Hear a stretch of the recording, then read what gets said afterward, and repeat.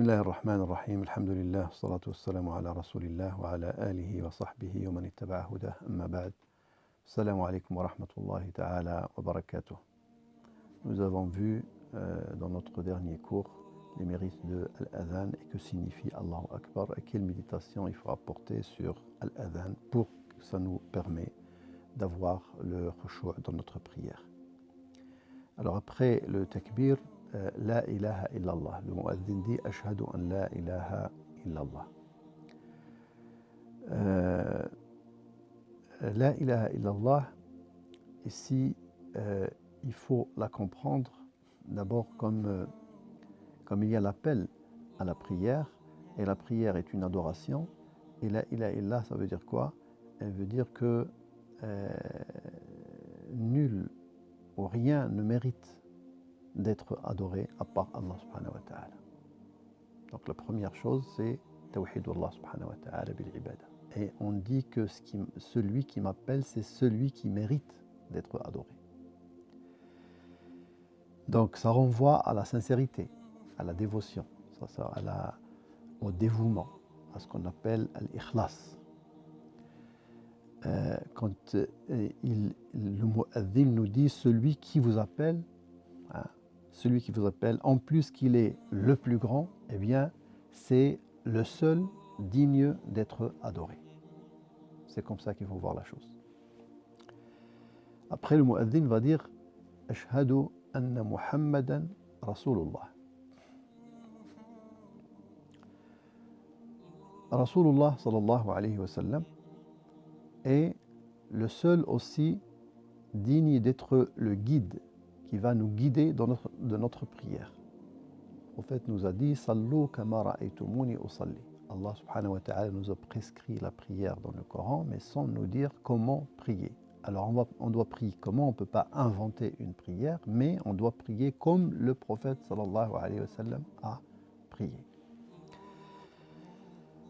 Donc le fait d'imiter le prophète dans sa prière, bien sûr, ça va nous renvoyer à autre chose, à méditer sur autre chose. Est-ce qu'on doit imiter le prophète sallallahu alayhi wa sallam uniquement dans la forme de sa prière, ou bien on doit aussi essayer de l'imiter dans le contenu de sa prière?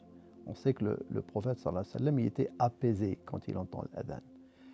Et il disait « Arihna biha ya Bilal », ça veut dire « fais al-adhan » ou « fais al-iqama », appelle-nous à la prière. Parce qu'il trouvait de la paix, de l'apaisement dans la prière. Et c'est ce qu'il faut chercher aussi pour justement suivre le prophète sallallahu alayhi wa sallam et suivre le modèle du prophète alayhi salatu wa sallam.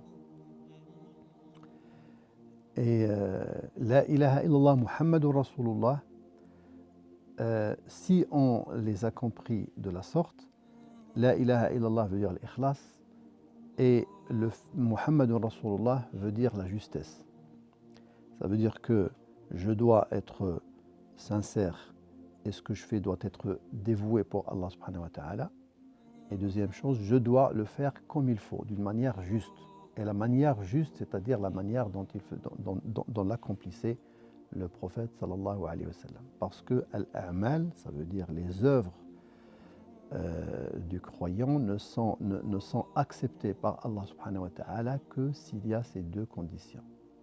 Al-ikhlas, le dévouement, et la justesse. Et quand on a demandé ce que c'est que la justesse, eh bien le prophète a répondu, ça c'est le Fudayl ibn Iyad, quand on lui a demandé, dans Allah quand il dit liyabluwakum ayyukum ahsanu amala, pour qu'il vous éprouve qui c'est d'entre vous qui est le meilleur dans ses œuvres, eh bien on lui a demandé ça veut dire quoi ahsanu amala? Il a dit husnul amal ikhlasuhu wa sawabuh, ou ahsanul amal ikhlasuhu wa sawabuh. Ikhlasuhu, ça veut dire le fait d'être sincère et dévoué. Et qu'est-ce que ça veut dire sawabuhu? Le Fudayl ibn Iyad, qui est un grand pieux, répond en disant que il faut qu'il soit sur le modèle du prophète sallallahu alayhi wa sallam. Donc la prière ici quand on entend Ashhadu anna Muhammadan Rasulullah sallallahu alayhi wa sallam, c'est que le prophète sallallahu alayhi wa sallam est le modèle dans cette prière. Donc, le fait de se lever, le fait de répondre, eh bien, c'est pas une œuvre qui va être perdue, mais c'est une œuvre qui va être acceptée, Inch'Allah, par Allah subhanahu wa ta'ala. Hayya ala salah. Hayya ala salah, ça veut dire, c'est le mu'adhin quand il nous dit venez à la prière. Le prophète nous a appris que quand le mu'adhin dit Hayya ala salah, il ne faut pas dire, enfin, il faut suivre le mu'adhin, mais quand il arrive à Hayya ala salah, il faut dire La hawla wa la quwwata illa billah. Qu'est-ce que ça veut dire La hawla wa la quwwata illa billah? Ça veut dire que il n'y a pas de préservation contre la désobéissance, ni de force pour l'obéissance, si ce n'est par la volonté de Allah subhanahu wa ta'ala. Ça veut dire que s'il n'y a pas si Dieu ne nous préserve pas de la désobéissance et il ne nous donne pas la force de l'obéissance, eh bien, personne d'autre peut nous donner ça. C'est lui qui nous préserve de lui désobéir et c'est lui qui nous donne la force pour lui obéir.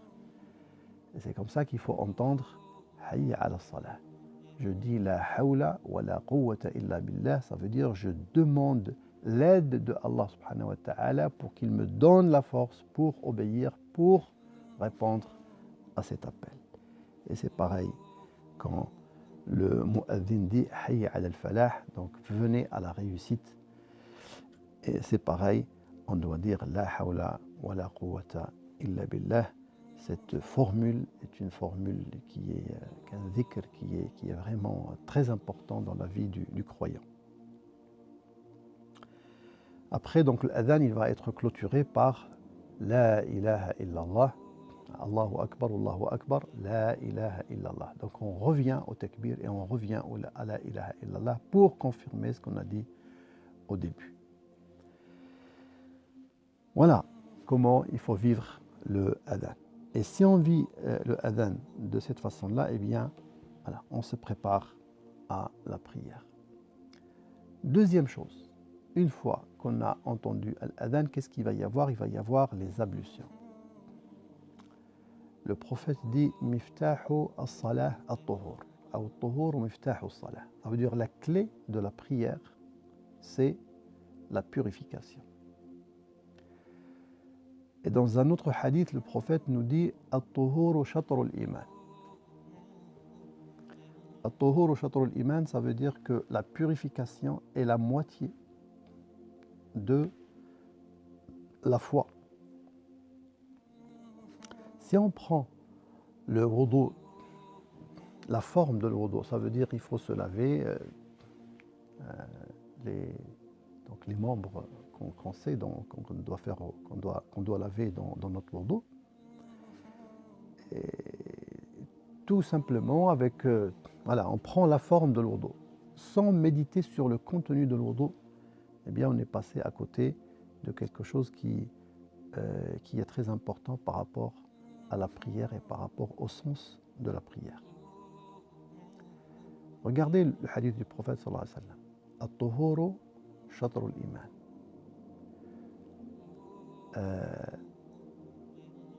Al-wudu'u miftahu as-salah. Ou at-tuhur miftahu as-salah. C'est la moitié de la foi et c'est la clé de la prière. Qu'est-ce qu'on peut comprendre de ça? Vous pensez que le fait de se laver, de se rincer la bouche, de se renifler de l'eau, c'est-à-dire l'istinshaq ou l'istinthar fil wudu, après se laver le visage, les mains jusqu'au coude, passer les mains mouillées sur la tête, se laver les pieds, c'est bon, on a accompli la moitié de l'iman, c'est comme ça? C'est pas ça le sens. En fait, le sens, c'est que l'iman, la foi, est là pour t'apporter des choses. de belles choses, des choses qui sont importantes dans ta vie, d'ici-bas et dans ta vie de l'au-delà. C'est ça la foi. Alors comment la purification peut être la moitié de la foi? C'est que la purification, ici, il s'agit de la purification de l'intérieur. Parce que le fait de remplir, le fait de charger l'âme de belles choses, il faut la décharger de mauvaises choses. Et c'est ça la purification. Et le wudu, il faut qu'il renvoie à ce sens-là. Il faut qu'il nous renvoie à ce sens. Et d'ailleurs, ce que Allah subhanahu wa ta'ala nous a demandé de se laver pour faire nos ablutions, il a choisi des choses bien précises, des membres bien précis. Il a choisi les mains, le visage. Dans le visage, il y a la bouche, il y a le nez, après la tête, les mains jusqu'au coude, la tête et les pieds. Et quand on médite sur ces membres qu'on doit se laver, on va trouver que c'est les membres avec lesquels on peut pécher aussi. Et vous prenez même le fait de faire l'istinja, c'est-à-dire se laver ses parties intimes, le tout, en fait, c'est avec ces membres-là qu'on peut commettre des péchés. Donc, que vaut une purification apparente, c'est-à-dire se laver par exemple la main, même si il y a de la saleté, vous allez laver cette saleté-là. Mais il y a une autre saleté que vous touchez avec votre main, une saleté morale. Donc il faut penser à cette saleté morale. Vous rincez votre bouche. Qu'est-ce que vous avez mangé comme haram avec votre bouche? C'est quoi qui est passé dans votre bouche qui était haram? C'est votre langue. Qu'est-ce qu'elle a prononcé, cette langue? De choses qu'il ne fallait pas qu'elle prononce. Donc, il faut donner un autre sens aux ablutions. Si on va continuer sur les ablutions, eh bien, on va trouver que, en fait, il s'agit d'une purification apparente, mais qui renvoie à une purification interne, une purification du cœur. Vous vous êtes lavé de vos saletés apparentes, vos saletés matérielles, eh bien, lavez-vous aussi, purifiez-vous aussi de votre saleté morale, de votre saleté intérieure.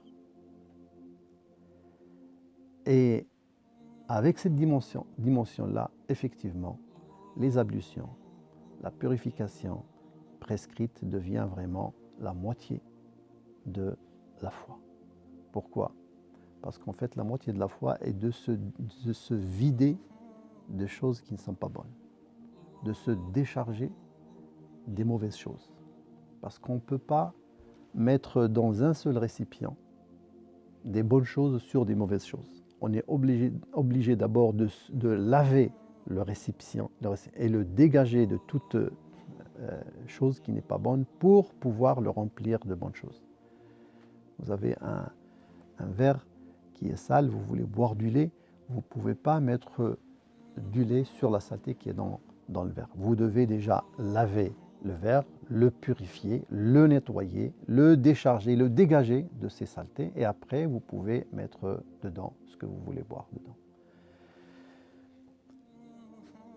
Donc le wudu, il faut prendre comme ça. Et ça nous prépare en fait, parce que quand on se met devant Allah subhanahu wa ta'ala, on ne peut pas se mettre devant lui, d'accord, je me suis nettoyé, je me suis lavé. C'est bien. Les gens, quand ils vont me voir dans la mosquée, je suis propre. Mais Allah subhanahu wa ta'ala, les gens qui sont autour de moi, ils ne regardent pas la propreté de mon intérieur. Ils ne regardent pas si mon cœur est propre ou pas. Le seul dont le regard peut pénétrer dans mon cœur, eh bien c'est Allah subhanahu wa ta'ala devant qui je vais me diriger pour prier. Donc la moindre des choses, c'est que je me rappelle de ces péchés. je me rappelle de ces mauvaises choses que j'ai faites. Et la moindre des choses, c'est de les regretter, c'est de faire un repentir. Je ne peux pas peut-être les nettoyer, c'est lui qui les nettoie. Il m'a accordé ça. Si je fais mon wudu comme il faut, avec cette méditation, le prophète sallallahu alayhi wa sallam nous a dit que quand le fidèle accomplit les ablutions, eh bien, Allah subhanahu wa ta'ala lui efface ses péchés, jusqu'à ce que ses péchés sortent par ses ongles. Et donc, quand il se lave les mains, et tout péché accompli par les mains, donc il va disparaître. C'est pareil pour les péchés accomplis par le visage. Dès qu'il se lave le visage, c'est pareil. Par la tête, par les mains jusqu'au coude, par les pieds, c'est pareil. Donc, je dois méditer sur ça pour avoir ça, pour aller devant Allah subhanahu wa ta'ala avec mes péchés pardonnés, mes péchés effacés. Parce que c'est cette dimension qui va me permettre d'être tranquille dans ma prière. Autrement, je ne serai pas tranquille dans ma prière. Autrement, je me dresse devant Allah subhanahu wa ta'ala, hein, mais je porte sur mon dos un fardeau.